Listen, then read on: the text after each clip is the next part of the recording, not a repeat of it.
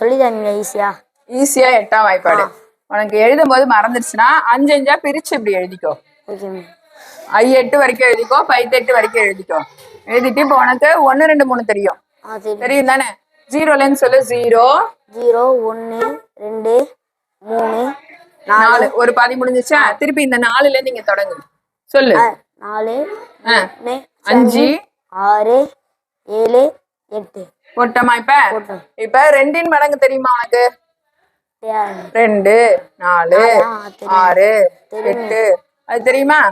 இப்ப இங்க இருந்து சொல்லு பார்க்கலாம். 0 2 4 6 8. திருப்பி அதே மாதிரி 2 மடங்கு சொல்லு. 0 2 4 6 8. அவ்வளவுதான்.